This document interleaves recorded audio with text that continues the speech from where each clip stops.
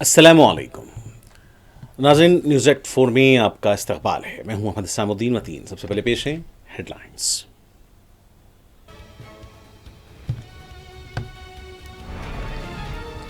वज़ीर आज़म जापान के दौरे के बाद शंघाई ताउन तंजीम में शिरकत के लिए चीन रवाना।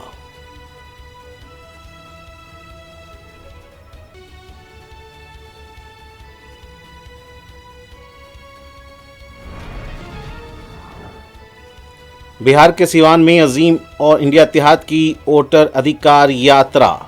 राहुल गांधी और तेजस्वी यादव के साथ जुड़े अखिलेश यादव, फिर एक बार वोट चोरी का इल्जाम।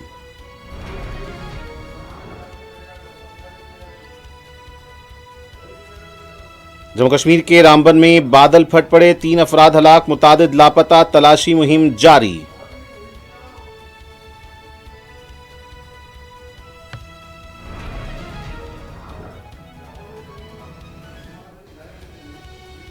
मराठा तहफ़्फ़ुज़ात के लिए CSMT के पास मुज़ाहरा, पुलिस का वसीतर बंदोबस्त। वज़ीर आला फडणवीस को एहतजाजी लीडर से मुलाकात करनी चाहिए, संजय रावत का मुतालबा।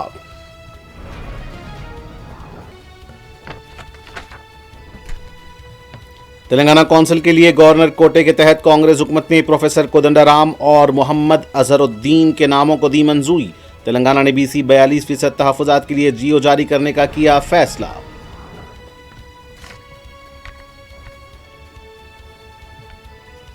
तेलंगाना असेंबली मानसून इजलास का आगाज, पहले दिन साबिक BRS रुकन असेंबली M गोपीनाथ को ऐवान का खिराज, कार्रवाई कल सुबह तक के लिए मुलतवी।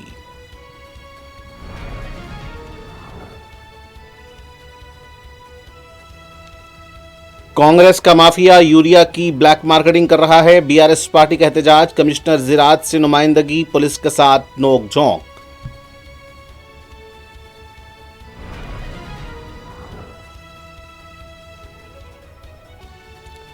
हैदराबाद के नवाही इलाके सरोनगर में खातून ने आशिक के साथ मिलकर किया शौहर का कत्ल। कोकटपल्ली में भी बीवी के हाथों शौहर का कत्ल।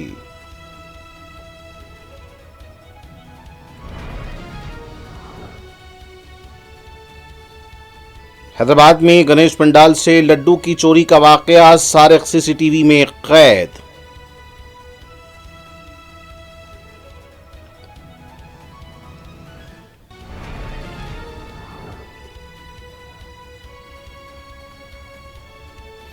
गजा पर यहूदी फौज की ताजा बर्बरियत, मजीद 40 से ज्यादा फलस्तीनी शहीद।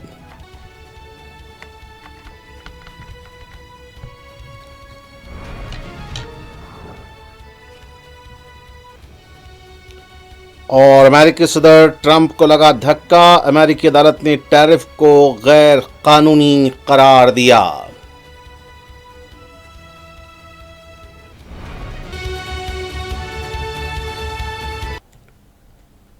और अब पेश है खबरें तफसील से।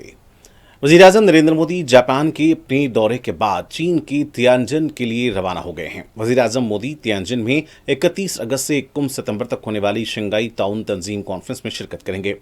इस दौरान वज़ीर आज़म की चीनी सदर शी जिनपिंग और दीगर आलमी रहनुमाओं से मुलाकात का इम्कान है।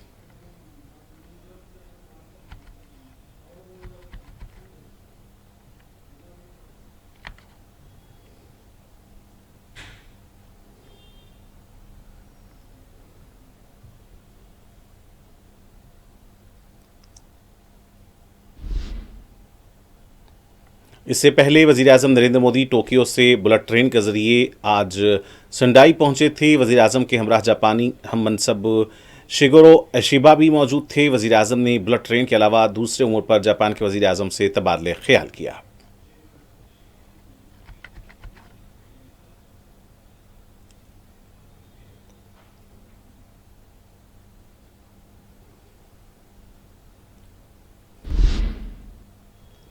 मरकजी वजीर अश्विनी वैष्णव ने कहा है कि वज़ीर आज़म नरेंद्र मोदी के मेक इंडिया प्रोग्राम के तहत मुल्क में इलेक्ट्रॉनिक्स की पैदावार 11 सालों में बड़े पैमाने पर बढ़ी है। इलेक्ट्रॉनिक्स की पैदावार में 6 गुना का इजाफा हुआ है और इन 11 सालों में हिंदुस्तान में तैयार होने वाली इलेक्ट्रॉनिक्स अशिया की बरामदात में भी 8 गुना इजाफा हुआ है।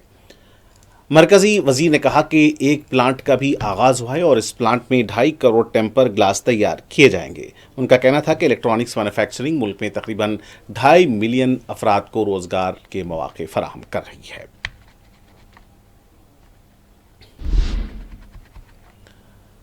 बिहार में इंडिया इत्तेहाद की वोटर अधिकार यात्रा जारी है। कांग्रेस लीडर राहुल गांधी और एसपी लीडर अखिलेश यादव और आरजेडी के लीडर तेजस्वी यादव ने सिवान में यात्रा में हिस्सा लिया। इंडिया इत्तेहाद मोदी हुकूमत पर वोट चोरी का इल्जाम लगा रहा है। इस सिलसिले में बिहार के अलावा दीगर रियासतों में भी एहतजाज का मंसूबा है।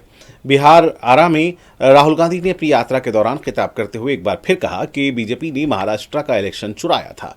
हरियाणा में भी इसे दोहराया गया और अब बिहार में भी वही साजिश की जा रही है, लेकिन हम इसे कामयाब होने नहीं देंगे।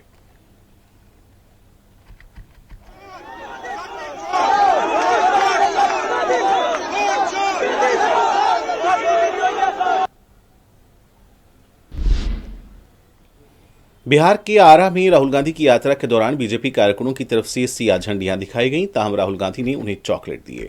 बीजेपी के कारकुन वजीर आजम की वालिदा के खिलाफ मुबैना रिमार्क को लेकर एहतजाज कर रहे थे।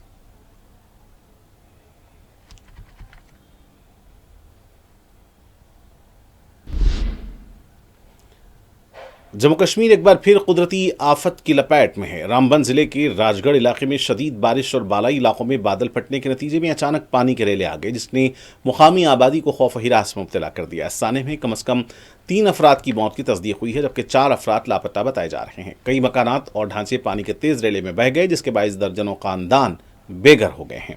मुकामी इंतजामिया के मुताबिक मुतासरा इलाकों में बड़े पैमाने पर नुकसान हुआ है। कुछ मकानात मुकम्मल तौर पर मुनहदिम हो गए, जबकि खेत और बागात भी मुतासर हुए हैं।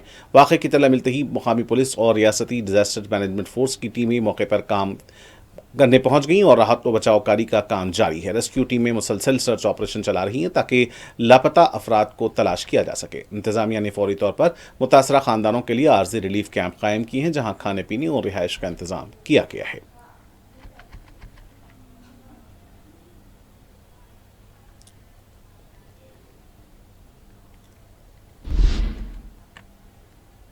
महाराष्ट्र में मराठा तहफ़्फ़ुज़ात के लिए मनोज जारंगी पाटिल की भूख हड़ताल जारी है। इनके हामियों की तरफ से आज शिवाजी टर्मिनस सीएसएमटी के पास एहतजाज किया जा रहा है। मराठा तहफ़्फ़ुज़ात के हामियों की बड़ी तादाद सीएसएमटी के पास जमा देखी गई। तहफ़्फ़ुज़ात की हिमायत में नारे भी लगाए जा रहे हैं। पुलिस को भी चौकस देखा गया है।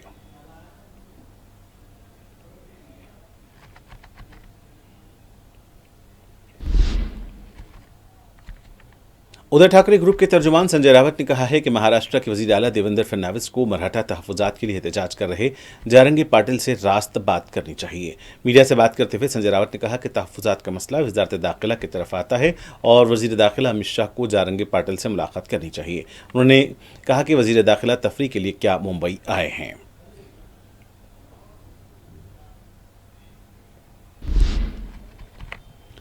कांग्रेस पार्टी की सीनियर लीडर पवन खेड़ा ने कहा है कि बिहार के अवाम में एक तरह की तशवीश पाई जाती है। वोट चोरी को लेकर कांग्रेस की यात्रा को हौसला अफजा रद्दअमल मिल रहा है और अवाम में भी शऊर आ रहा है।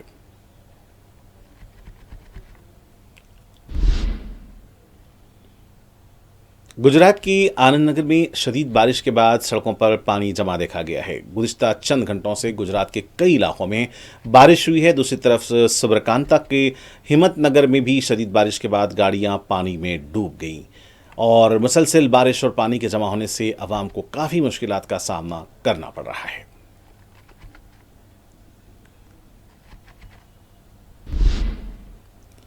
दूसरी तरफ हरियाणा अंबाला के मोरनी में भी बारिश के बाद सैलाब की सूरत हाल देखी गई है। टांगी नदी में पानी की सतह फिलहाल कम नजर आ रही है, ताहम बाज़ इलाकों में मकानात में पानी दाखिल हो गया है, जिससे आवाम को मुश्किलात पेश आ रही हैं।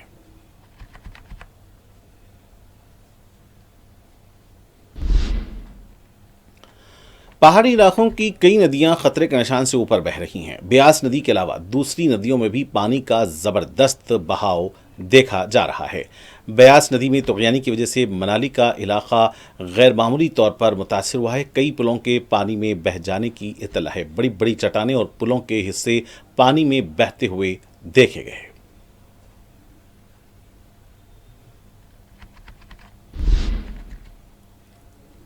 हिमाचल प्रदेश की मनाली में सैलाब की वजह से कई सड़कें गैर मामूली तौर पर मुतासर हुई हैं। सड़कों के मुतासर होने से ट्रैफिक की आमदरफ्ती मुतासर हुई है। मुख्तलिफ मकामात पर सड़कों के बह जाने से आवाम को काफ़ी मुश्किलात का सामना करना पड़ रहा है।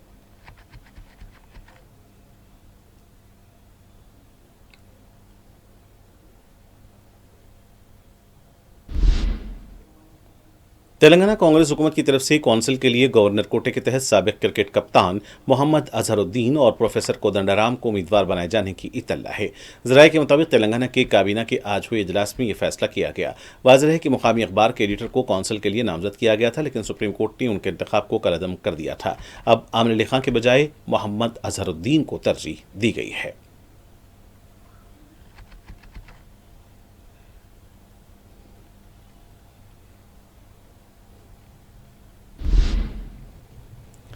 तेलंगाना काबीना ने बीसी तबके के 42% तहफ़्फ़ुज़ात के लिए जियो जारी करने का फैसला किया है। तेलंगाना काबीना का वज़ीर आला रेवंत रेड्डी की क़यादत में आज दोपहर इजलास हुआ।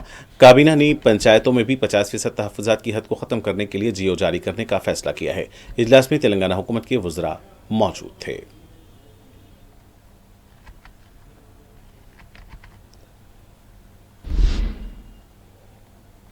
तेलंगाना असेंबली का मानसून इजलास आज से शुरू हो गया। इजलास के आगाज पर पहले कौमी तराना बजाया गया। वज़ीर आला रेवंत रेड्डी ने आंजहानी बीआरएस के रुकन असेंबली एम गोपीनाथ को ताज़ियत पेश करने के लिए करारदाद पेश की और अपने खिताब में वज़ीर आला ने मांगुंटी गोपीनाथ को अवामी लीडर करार दिया। उनका कहना था कि तालिब इल्मी के ज़माने से वो अवामी ज़िंदगी से वाबस्ता रहे। उन्होंने एम गोपीनाथ की सियासी सफ़र का भी अहाता किया। मजलिस के रुकन असम्बली अहमद बलाला ने गोपीनाथ की खिदमत को खिराज पेश किया और उनके साथ अपने मरासिम व ताल्लुकात का भी हवाला दिया। अहमद बलाला का कहना था कि जो लोग अच्छे काम करते हैं उन्हें दुनिया हमेशा याद रखती है और गोपीनाथ भी उन्हीं लोगों में शामिल हैं जिनके काम याद रखे जाएंगे। रियासती वज़ीर सीदर बाबू और दीगर अरकान असम्बली ने भी आंजहानी लीडर को खिराज पेश किया और उनकी खिदमत की सताइश की। स्पीकर जी प्रसाद कुमार ने ताज़ियती करारदाद को मंजूर किया, जिसके बाद असेंबली को इतवार की सुबह तक के लिए मुलतवी कर दिया गया।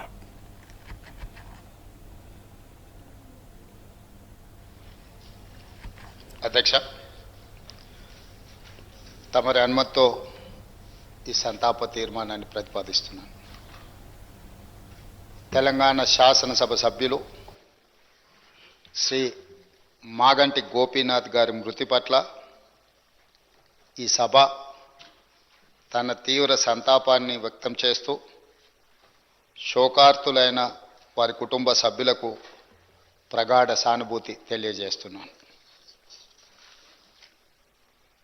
అధ్యక్ష, మనందరికీ దాదాపు ఈ సభలో ఉన్న చాలామంది సభ్యులకు, ముఖ్యంగా హైదరాబాదు నగరంలో నివసించిన వాళ్లకు, చదువుకున్న వాళ్లకు रिक्वेस्ट श्री अहमद बिन बलाला। शुक्रिया स्पीकर साहब। आज जो चीफ मिनिस्टर साहब जो तहरीक ताज़ियत पेश किए हैं उसके ऊपर बात करने के लिए मैं खड़ा हूं। गोपीनाथ रेड्डी साहब जो गुज़िश्ता असेंबली सेशन में हमारे साथ थे, आज हमारे दरमियान में नहीं है। इंसान का पैदा होना सबूत है मौत के लिए। हर पैदा होने वाले को मरना जरूरी है, मौत उसको आनी है, लेकिन याद वही लोग रहेंगे जो अच्छे काम करके गए। जो अच्छे काम नहीं करे, ताकि लोग कम से कम जो अच्छे काम करा उसको याद करेंगे कि भाई अच्छा आदमी था। जो खराब काम करेगा लोग उसको बोलेंगे अच्छा हुआ मर गया। तो बहरहाल एक बेहतरीन इंसान, शरीफ नफ्स, खामोश तबीयत के, जो 2014 से हमारे साथ इस असेंबली में 3 बार मुसलसिल जीत कर यहाँ पर आए और खामोश तबीयत के थे, अवाम के अंदर रहते थे, अवाम का काम करते थे। टीडीपी पार्टी से उन्होंने शुरुआत की। 2014 में जिस वक्त इलेक्शन हुआ, इलेक्शन के बाद बाइफर्केशन हुआ, पहली बार वो 2014 में जीते। मेरे से भी बहुत से अच्छे मरासिम थे। मैं हमेशा उनसे पूछते रहता था क्या गोपी कैसी है तबीयत, ने बराला भाई ठीक है। बड़े अच्छी तबीयत के और अवाम के दरमियान में रहने वाले थे। तो बहरहाल मैं मेरी तरफ से, मेरी पार्टी की जानिब से उनको और उनके तमाम अफराद ख़ानदान को ताज़ियत पेश करता हूं। और ये एक मिसाल है, हाउस में हम जितने भी लोग हैं, तमाम इर्रेस्पेक्टिव ऑफ पॉलिटिकल पार्टी से, कि हमको ऊपर वाले ने और अवाम ने चुनकर इस हाउस में भेजा है अवाम की खिदमत करने के लिए। आज गोपीनाथ रेड्डी हमारे दरमियान में नहीं है। ऐसे कई लीडर्स हैं बड़े बड़े जो आज हमारे दरमियान में नहीं हैं, लोगों को अच्छा काम करके जाना हमारी जिम्मेदारी है। मैं यही उम्मीद करता हूं कि कल आज वो नहीं रहे, कल हमारी बारी है, कल कौन नहीं रहेगा नहीं बता सकते, लेकिन जितनी भी जिंदगी मिली उसके अंदर हम आवाम के अच्छे काम कर कर, जो मुस्तहिकीन के अच्छे काम हैं, अच्छे काम कर कर जाएं ताकि लोग हमको याद रखें। मैं एक बार फिर इस हाउस के जरिए उनके तमाम अफराद खानदान को ताज़ियत पेश करता हूं और स्पीकर साहब आपका शुक्रिया अदा करता हूं जो आपने मुझे वक्त दिया। असेंबली के बाहर बीआरएस के अरकान मुक़र्रर ने यूरिया की फराहमी के मुतालबे को लेकर एहतजाज किया। कमिश्नर ज़राअत के दफ्तर तक मार्च किया और वहां धरना दिया। पुलिस बीआरएस अरकान मुक़र्रर का पीछा करती हुई देखी गई। साबिक़ वज़ीर हरीश राव अपने साथियों के साथ दौड़ते हुए नजर आए। बाद में पुलिस ने बीआरएस के अरकान मुक़र्रर को गिरफ्तार करते हुए पुलिस स्टेशन मुंतकिल किया। इस मौके पर बीआरएस के रुकन हरीश राव की पुलिस के साथ दिलचस्प नोकझोंक देखी गई। हरीश राव पुलिस अहदेदारों से पूछते हुए देखे गए कि क्या आपकी तनख्वाह में इजाफा हुआ, क्या आपको पेट्रोल अलाउंस मिल रहा है, क्या आपका टी और डीए मंजूर हो चुका है। पुलिस मुलाजिमीन हरीश राव के सवालात पर सिर्फ मुस्कुराते हुए देखे गए।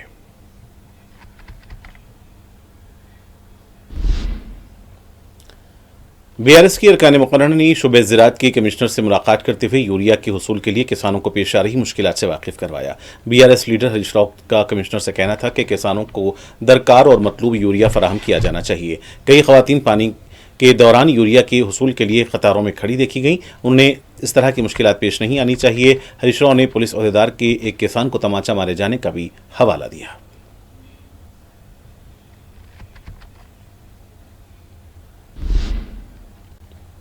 बीआरएस पार्टी के लीडर केटी रामाराव ने कहा कि गुज़िश्ता 10 सालों के दौरान खाद का कोई मसला नहीं था, लेकिन आज कांग्रेस हुकूमत आते ही खाद का बहरान पैदा हो गया है।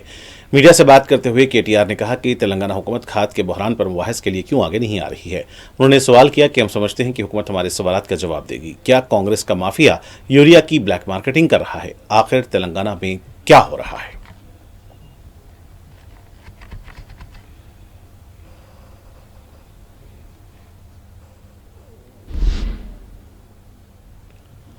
इससे पहले असेंबली इजलास के आगाज पर बीआरएस पार्टी के अरकान खाद के काली बैग के साथ पहुंचे और नारे लगाने लगे। गणपति मोरिया और यूरिया का नाम लिया गया।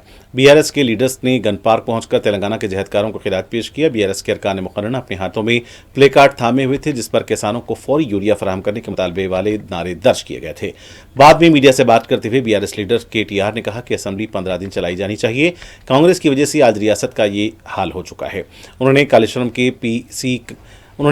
की पीसी घोष रिपोर्ट को टीसीसी रिपोर्ट करार दिया। उनका कहना था कि कांग्रेस की तरफ से चलाए जा रहे यूरिया माफिया पर बहस होनी चाहिए। अपनी मर्जी पर कार्रवाई नहीं होनी चाहिए, बल्कि अवाम और किसानों के मसाइल पर मुबाहिस होने चाहिए। कांग्रेस पार्टी के लीडर विजय शांति ने कहा है कि कालेश्वरम की बात करते हैं, केसीआर बीमार पड़ जाते हैं। मीडिया से बात करते हुए विजय शांति ने कहा कि जब असेंबली का इजलास होता है, केसीआर फार्म हाउस में आराम करते हैं। अगर वो असेंबली ही नहीं आना चाहते तो उन्हें इस्तीफा दे देना चाहिए।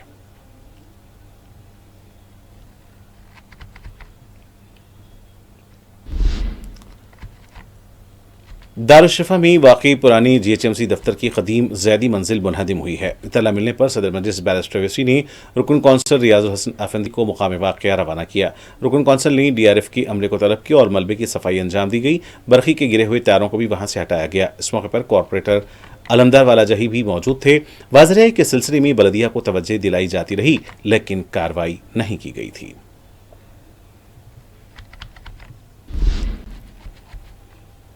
हैदराबाद के नवाही इलाके सरूनगर में खातून ने अपने आशिक के साथ मिलकर शौहर का कत्ल कर दिया। तफसीलात के मुताबिक कोदंडाराम नगर में यह वाकया जुमेरात की रात पेश आया था। मकतूल 40 साल शेखर की शादी 16 साल कबल चिट्टी से हुई थी। शेखर जब काम पर जाया करता था, चिट्टी अपने आशिक के साथ रहा करती थी। जब शेखर को बीवी के नाजायज रिश्ते के बारे में पता चला तो दोनों में झगड़ा हुआ। चिट्टी ने शेखर को रास्ते से हटाने का मंसूबा बनाया और जब वो सो रहा था, अपने आशिक हरीश के साथ मिलकर डंबल से हमला करते हुए इसका कत्ल कर दिया।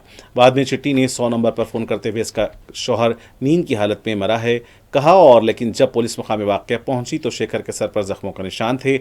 पूछताछ पर चिट्टी ने जुर्म का एतराफ़ किया। चिट्टी और उसके आशिक को गिरफ्तार किया गया है। मज़ीद तहक़ीक़ात जारी है।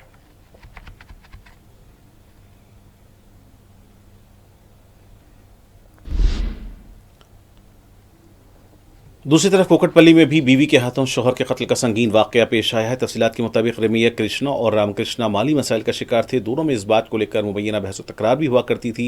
इस दौरान बीवी रमिया कृष्णा ने अपने शौहर का पहले गला काट दिया और खुद का भी गला काट लिया। दोनों को अस्पताल मुंतकिल किया गया था, ताहम रामकृष्णा जख्मों से जांबर न हो सका। रमिया की हालत भी नाजुक बताई गई है। मुतल्लिका पुलिस तहकीकात कर रही है।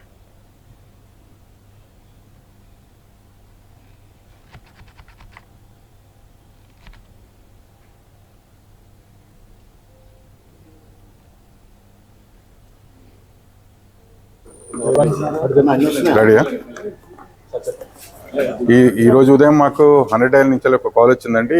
వాళ్ళని సో రామకృష్ణ రెడ్డి వాళ్ళ వైఫ్ ఇద్దరు సూసైడ్ అటెంప్ట్ చేయడానికి ప్రయత్నం చేసినారు. దానిలో భాగంగానే హస్బెండ్ లాస్ట్ 4 days నుంచి కూడా కత్తి పెట్టి వాళ్ళు కోసుకోవడం జరిగింది.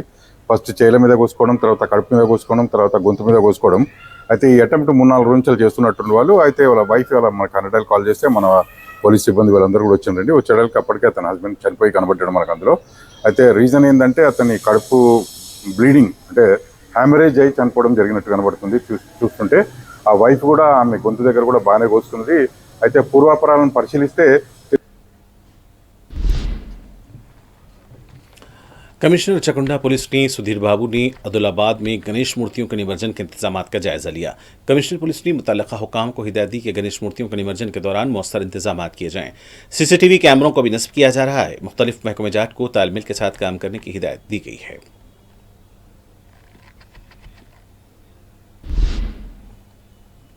तेलंगाना के 6 अजला से बारिश से महसूर इलाकों में फंसे हुए 1646 अफराद को महफूज मकामात पर मुंतकिल किया गया है। तेलंगाना के आफात समावी और इसके साथ काम करने वाली टीमों ने कामारेड्डी, मेदक, निजामाबाद, निर्मल, सिरसिल्ला और सिद्दीपेट से अफराद को महफूज मकामात पर मुंतकिल किया है। बारिश से मुतासरा इलाकों में अभी भी रिहायशी इलाके पानी में डूबे हुए हैं। सड़कें बह गई हैं, पुलों को भी नुकसान पहुंचा है। बताया जाता है कि 6 अजला में 31 मकामात पर बचाव ऑपरेशन किए गए हैं। रात के औकात में भी मुसलसिल बचाव और राहतकारी के काम जारी हैं।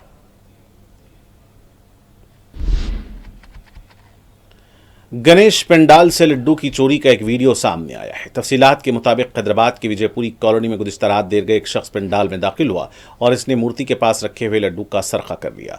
वाज़ेह है कि हैदराबाद में कई मुकामात पर गणेश की मूर्तियों के पास रखे लड्डू हर्राज किए जाते हैं। लड्डू खरीदने वाले इसे खुशकिस्मती समझते हैं, लेकिन अब रकम और जेवरात के बजाय गणेश पंडाल से लड्डू की चोरी आम होती जा रही है। पंडाल के जिम्मेदारों को लड्डुओं की हिफाजत पर तवज्जो देनी चाहिए।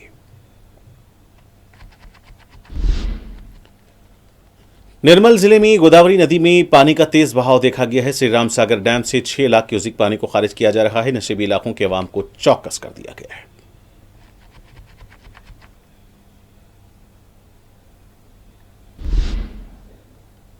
आंध्र प्रदेश के वज़ीर आला चंद्रबाबू नायडू ने कहा है कि बहुत जल्द बुलेट ट्रेन जुनूबी हिंदुस्तान आएगी। इस सिलसिले में सर्वे भी मुकम्मल हो चुका है। चंद्रबाबू नायडू का कहना था कि बुलेट ट्रेन जुनूबी हिंद के 4 शहरों हैदराबाद, चेन्नई, अमरावती और बेंगलुरु से मरबूत होगी। इन चारों शहरों में 5 करोड़ से ज्यादा आबादी है और यह काफी फायदेमंद भी साबित हो सकती है।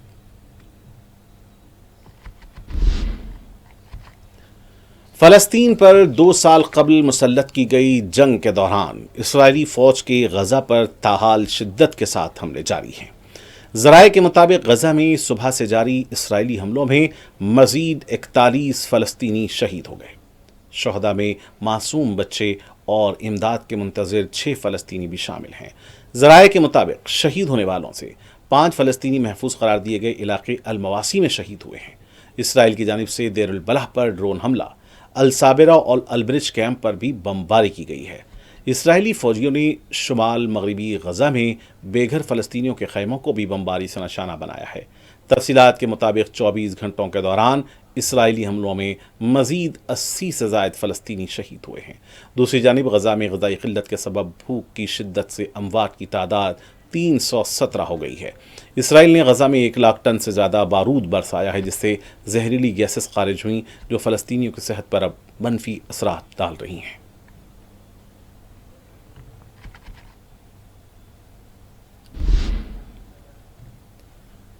अमेरिकी अपील कोर्ट ने सदर डोनाल्ड ट्रंप की जानिब से आयद किए गए बेशतर टैरिफ को गैर कानूनी करार दे दिया।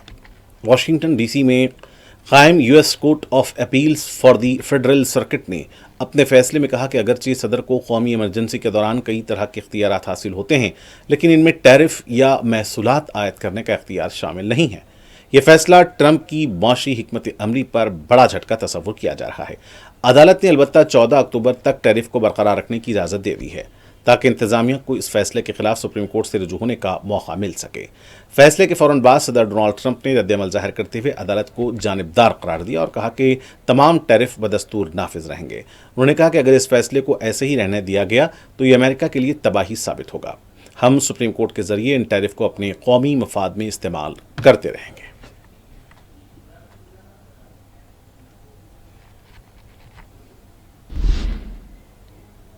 गुज़िश्ता चंद दिनों से हरमैन के हुदूद में मौसम में तब्दीली देखी गई है। मस्जिदुल हराम और मस्जिद नबवी सल्लल्लाहु अलैहि वसल्लम में गुज़िश्ता रोज़ भी हल्की बारिश हुई। गुज़िश्ता एक महीने से ममलकत सऊदी अरब में गर्मी उरूज पर थी, ताहम हरमैन के हुदूद में वक्फे से हुई हल्की बारिश से मुअतमरीन को आरजी राहत मिली है। बारिश के दौरान भी अल्लाह के घर का तवाफ जारी रहा।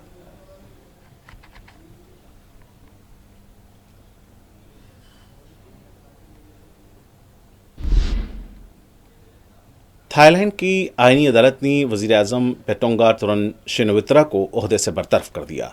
ज़राए के मुताबिक पेटोंगा तरुण शिनवित्रा को सिर्फ 1 साल इख्तिदार में रहने के बाद कौमी मफाद पर ज़ाती मफाद को तरजीह देने के इल्ज़ाम पर ओहदे से हटा दिया गया और उनकी काबीना को तहलील कर दिया गया है। तफसीलात के मुताबिक शिवनेत्रा को लीक शुदा टेलीफोन कॉल में अखलाकी उसूलों की खिलाफ वर्जी के इल्ज़ाम में ओहदे से हटा दिया गया है। मीडिया रिपोर्ट्स के मुताबिक अदालत के मुताबिक जून में कंबोडिया से मुसल्लह सरहदी तनाज़े के दौरान पेटोंगा तरुण शिवनेत्रा की एक फ़ोन कॉल लीक हुई थी, जिसमें उन्होंने दुश्मन मुल्क के साबिक़ रहनुमा सेन की मौक़िफ़ की तायद की थी और उन्हें अंकल कहकर मुखातिब किया था।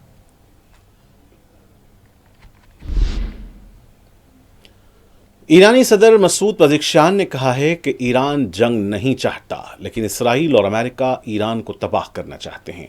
मसूद पज़ेश्कियान ने अपने एक बयान में कहा कि इसराइल और अमेरिका ने ईरान पर हमला किया तो ईरान भरपूर जवाब देगा। ईरानी सदर का कहना है कि अमेरिका और इसराइल ईरान को तकसीम करना चाहते हैं, मगर कोई भी ईरानी शहरी ये नहीं चाहेगा कि ईरान तकसीम हो।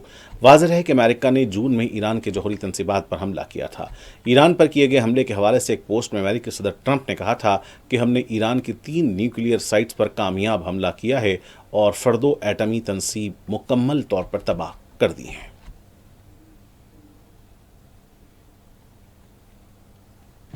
और नाज़रीन, आखिर में डालते हैं सुर्खियों पर एक और नजर।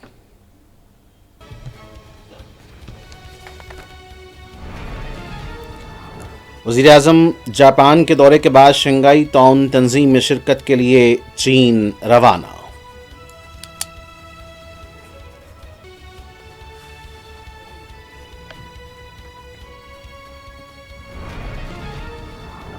बिहार के सिवान में इंडिया इत्तेहाद की वोटर अधिकार यात्रा। राहुल गांधी और तेजस्वी यादव के साथ जुड़े अखिलेश यादव, फिर एक बार वोट चोरी का इल्जाम।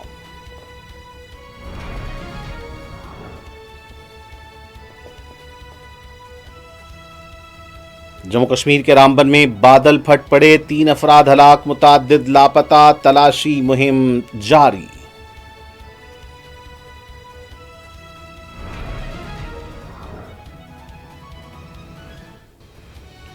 मराठा तहफ़्फ़ुज़ात के लिए CSMT के पास मुज़ाहिरा, पुलिस का वसीतर बंदोबस्त। वज़ीर आला फडणवीस को एहतजाजी लीडर्स से मुलाकात करनी चाहिए, संजय रावत का मुतालिबा।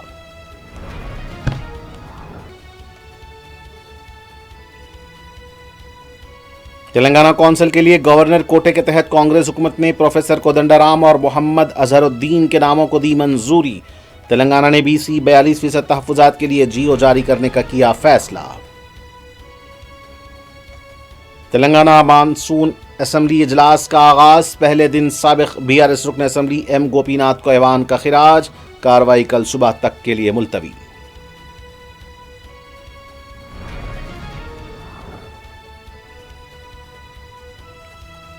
कांग्रेस का माफिया यूरिया की ब्लैक मार्केटिंग कर रहा है, BRS पार्टी का एहतजाज, कमिश्नर ज़राअत से नुमाइंदगी, पुलिस के साथ नोक-झोंक।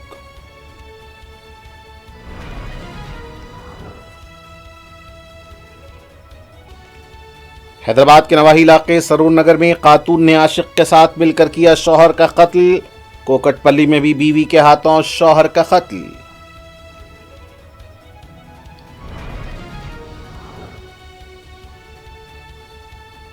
हैदराबाद में गणेश पंडाल से लड्डू की चोरी का वाकया, सारिक सीसीटीवी में कैद।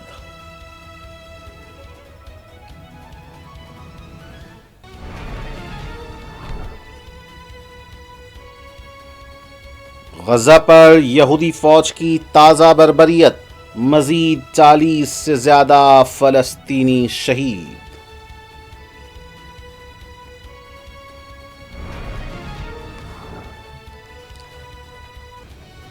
और अमेरिकी सदर ट्रंप को लगा धक्का, अमेरिकी अदालत ने टैरिफ को गैर कानूनी करार दिया।